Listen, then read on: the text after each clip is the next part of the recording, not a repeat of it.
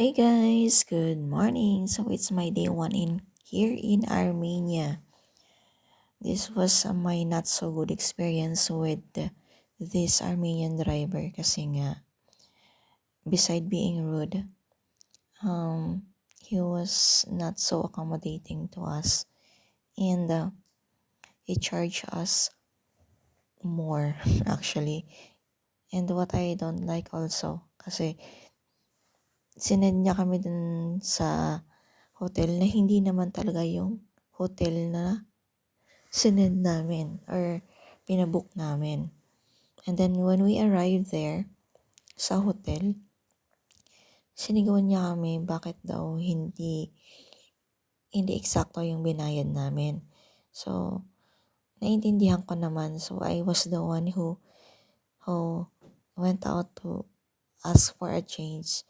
Buta nila lang may isang stranger or mabutong stranger doon na sinuklaan naman yung 1,000 dam namin.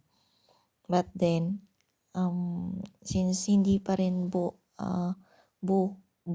yung binigay namin, binigay na lang namin lahat yung 2,500 which is supposedly 2,100 dam lang.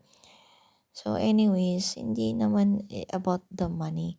It's the way he nakipag it's the way yung pakikitungo niya sa amin and he is not that respectful. Anyways, okay lang naman. Kasi sobrang ganda ng Armenia and nakaka-distress talaga pag pumunta dito.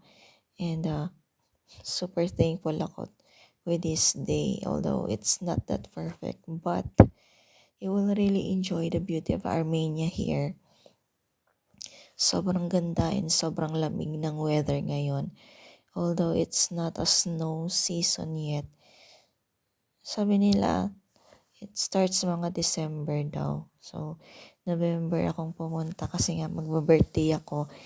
And it's also a gift for myself na nakapunta ako dito.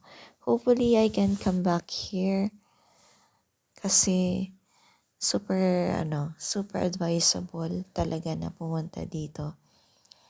And next time talaga, pag pumunta dito kayo ng Armenia, kumuha kayo or bumili kayo ng SIM so that hindi kayo maligaw para malukik nyo kung saan kayo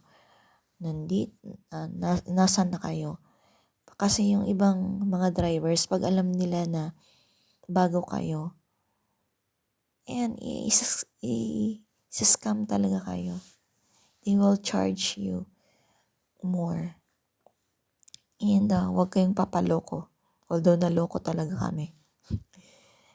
So next time, what I can share to you is pag nasa airport kayo or whenever you can see or grab the chance para makabay ng SIM card para magamit nyo for GPS purposes or kung gusto nyo mag-tour kung saan man, at least hindi kayo ililigaw ng driver.